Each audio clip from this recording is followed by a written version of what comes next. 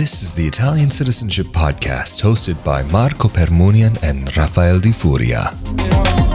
Hello and welcome to another edition of the Italian Citizenship Podcast, presented by Italiancitizenship.com. I'm Rafael di Furia, here with Marco Permunian, the U.S. head of the Italian Citizenship Assistance Offices.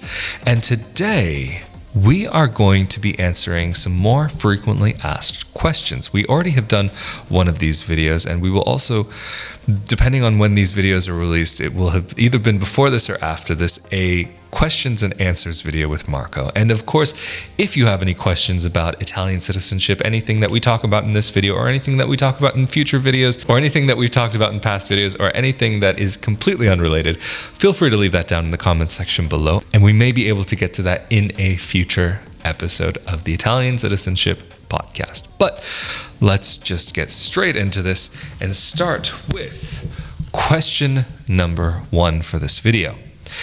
Is there a generational limit for Italian citizenship by descent? No. When applying for Italian citizenship by descent, you can go back as many generations as you like.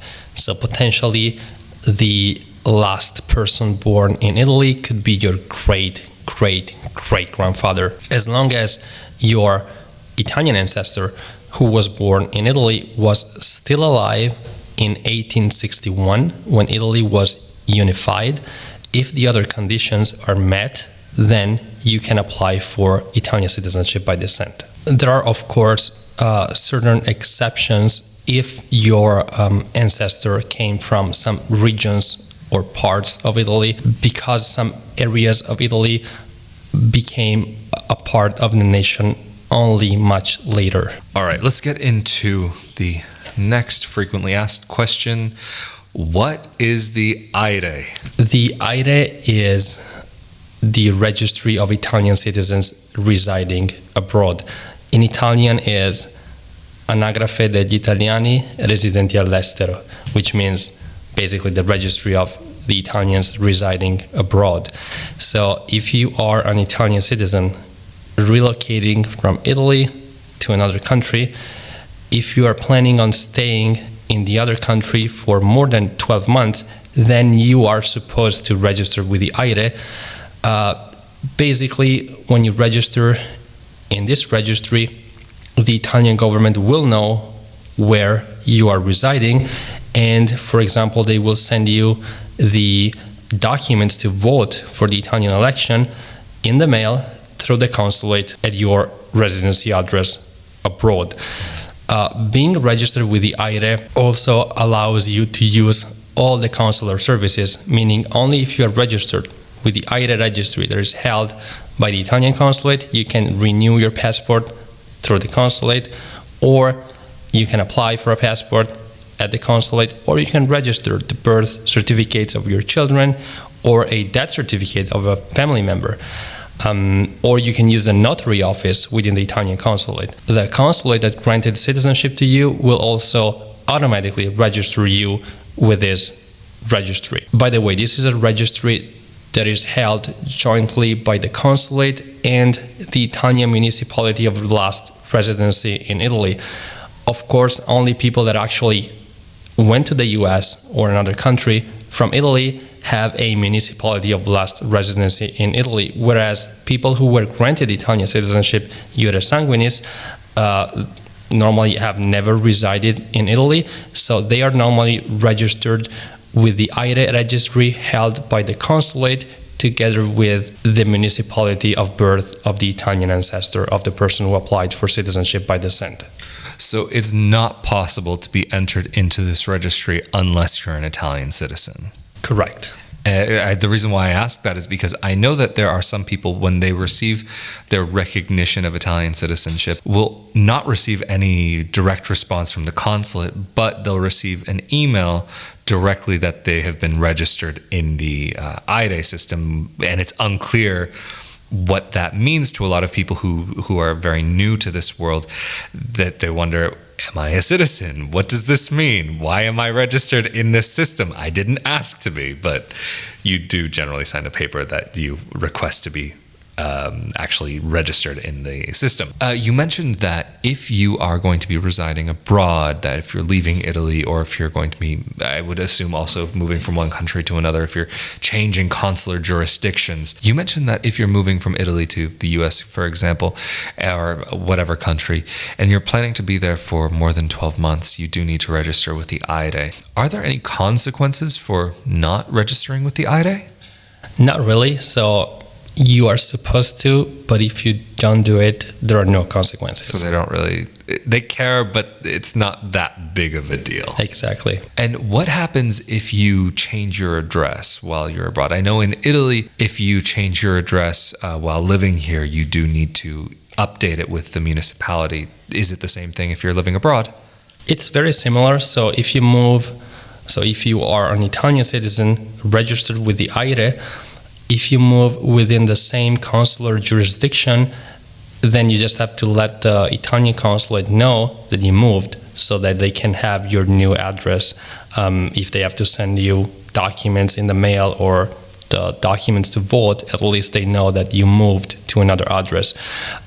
If instead you move into a different consular jurisdiction, for example, you were living in the state of New York and you relocate to the state of Florida, you have to let the new consulate know that you relocate within its jurisdiction. So you have to communicate to the Miami consulate, in this example, that you relocated from the New York consular jurisdiction to the Miami consular jurisdiction. And so, of course, again, if you don't let them know, there's not really any kind of issue. But anyway, I think it's time that we move on to the next frequently asked question.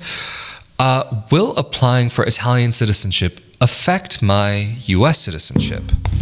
No. Italy and the U.S. both allow not only dual citizenship, but also multiple citizenships, which means that if you are an American citizen who becomes an Italian citizen, can maintain both citizenships and could potentially also acquire a third citizenship. For example, Japan does not allow its citizens to hold another citizenship. But going back to the US, if you have high security clearance, you may not be able to apply for a second citizenship. So you should check with the US government whether you can apply for dual Italian citizenship. I've heard in some cases that they may give special permissions depending on the job, depending on what you're doing, but it's something I believe that you have to apply for. But it's one thing I can think of, someone in particular who was in a situation where they had applied for citizenship right before they were retiring, and they assumed that everything was going to take a long time because everything had been taking a long time at that consulate, but then all of a sudden everything got real quick. They got their citizenship while they still had their security clearance. It ended up being a little bit of a headache, it seemed, but in the end, this person did get their permission cleared to keep their security clearance along with their dual citizenship. But anyway, moving on to the next question. Is my spouse entitled to Italian citizenship as well? Like, say, for example, if someone of Italian descent is getting their Italian citizenship, can their spouse also have Italian citizenship? Yes, but normally not at the same time. So if you are of Italian descent, your spouse will not be able to apply for citizenship through marriage until after you have become an Italian citizen. Then once you are an Italian citizen, your spouse can start the process. And as we said in other videos, if you were married to your wife prior to 1983, then your wife can go through a facilitated process to get Italian citizenship through marriage. Instead, if you got married after 1983, the process is a little bit more complex, and it requires criminal background checks and other documents that you need to provide to the Italian Ministry of Interior. And moving on to the next question. In the case that someone would not qualify for Italian citizenship by descent because their ancestor became naturalized, do they have any other options for Italian citizenship? Yes, they can apply for Italian citizenship by residency. Normally, foreign citizens are required to live in Italy for 10 years before being able to apply for citizenship through residency. However, if you are the child or grandchild of a person born in Italy, even if you don't qualify for Italian citizenship by descent, you can apply for Italian citizenship through residency after 3 years of full-time residency in Italy, regardless of the date of naturalization of your ancestor. And so for the next question for you, Marco, I was born in Italy and became naturalized after 1992, but I no longer have an Italian passport. What do I need to do? A lot of people contact me, people who are in this exact situation. People who were born in Italy went to the US, maybe with their parents or maybe when they were really young, and they never renewed their Italian passport. They just continued to stay in the US on a visa, or maybe they had a green card, and at some point they became naturalized, but after 1992. And from that moment, they lost interest in their Italian passport or Italian citizenship. So I'm always asked, what do I have to do to just get my Italian passport? And the answer is, of course, because you became naturalized after 92, you never lost your Italian citizenship. So you are an Italian citizen, and you just have to register with the AIRE, which is the Registry of Italian Citizens Residing Abroad.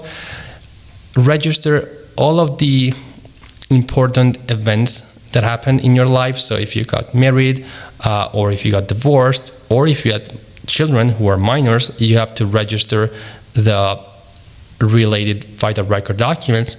And once your file with the consulate is up to date, you can apply for an Italian passport. And then what about the situation of somebody who did naturalize before 1992?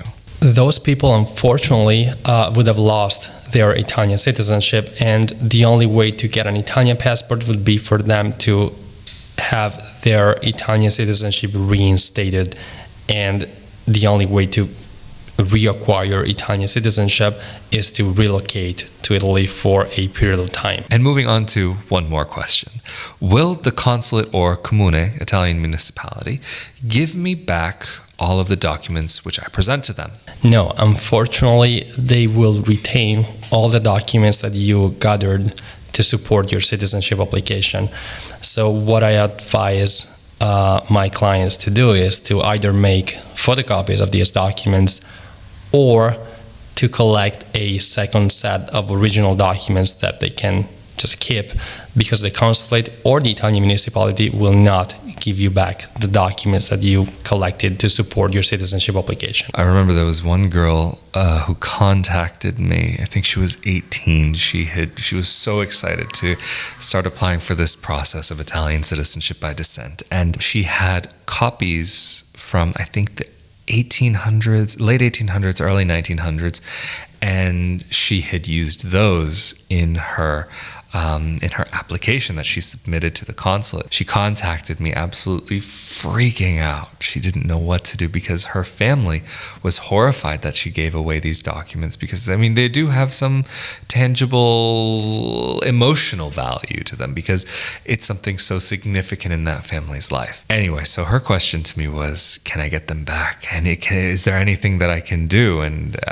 it was just, I knew that this was the case, that once you submit it, this is just it. So I think it is very definitely a wonderful idea to make photocopies regardless anyway, but not just to make the photocopies, but to also get that secondary set, that modernized set, also for just a different benefit of having a legible copy potentially, because in another video we talked about how sometimes the situation with older documents and birth certificates that are handwritten is that they can be very difficult to write.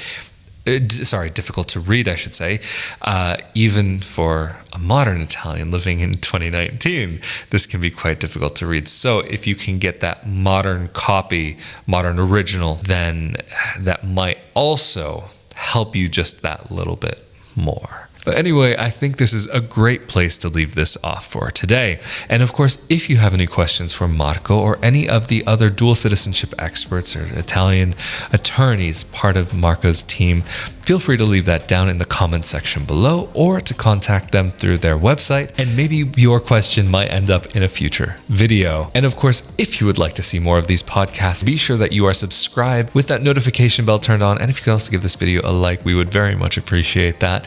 And of course, for updates, you can also go to the Italian Citizenship Assistance Facebook page, where you can also find some of the blog posts that have been written on the Italian Citizenship Assistance website. There is some really great information there. And of course, if you are needing help with the Italian citizenship process, Marco and his team are available to help you out. And of course, thank you for joining us. We have had another wonderful time with you guys. We look forward to seeing you all next time. I'm Rafael di Furia, and of course, this is Marco Permunian, and we'll see you all next time. Thank you. See ya.